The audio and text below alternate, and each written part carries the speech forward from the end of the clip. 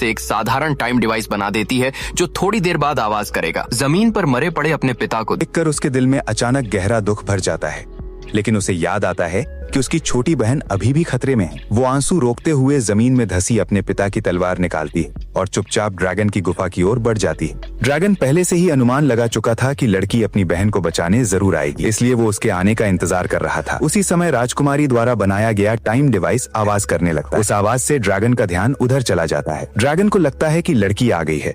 वो तुरंत बाहर की ओर उड़ जाता है। ड्रैगन को जाल में फंसता देखकर राजकुमारी जल्दी से अपनी बहन को उठाती है और उसे लेकर वहां से भागने लगती है। बाहर पहुंचकर ड्रैगन को पता चलता है कि ये फिर से लड़की की चाल थी। गुस्से में वो आसमान की ओर देखकर जोर से गर्जना करता है। राजकुमारी ड्रैगन की गुस्से भरी गर्जना सुनती है और अपनी बहन की टूटी हुई टांग देखकर समझ जाती है कि इस हालत में वे बचकर नहीं निकल पाएंगी। उसे ड्रैगन को पूरी सच्चाई बतानी ही होगी। गुफा में वापस लौटा ड्रैगन दोनों बहनों को ढूंढने लगता है। तभी उसे पीछे से कोई गाली देता हुआ सुनाई देता है। ड्रैगन पीछे मुड़कर देखता है। वहाँ राजकुमारी अपने पिता की तलवार हाथ में लिए उसे घूर रही होती है। ड्रैगन घमंड से कहता है, तुम जो भी कर रही हो सब बेकार है, इससे मैं और ज्यादा गुस्से में आ जाऊंगा। राजकुमारी तुरंत मौका पाकर उसे समझाने लगती है, हम दोनों को शाही परिवार ने धोखा दिया है। उन्होंने कहा था कि तुमने गांव पर हमला किया था और राजा यहाँ अपने बच्चों की रक्षा करने आया था। मुझे पता है कि उन्होंने तुम्हारी बेटी को मार डाला और तुम्हें बहुत दर्द हुआ, लेकिन मैं उसकी बेटी नहीं हूँ। लेकिन ड्रैगन राजकुमारी की बातों पर बिल्कुल विश्वास नहीं करता। ड्रैगन आग उगलता है।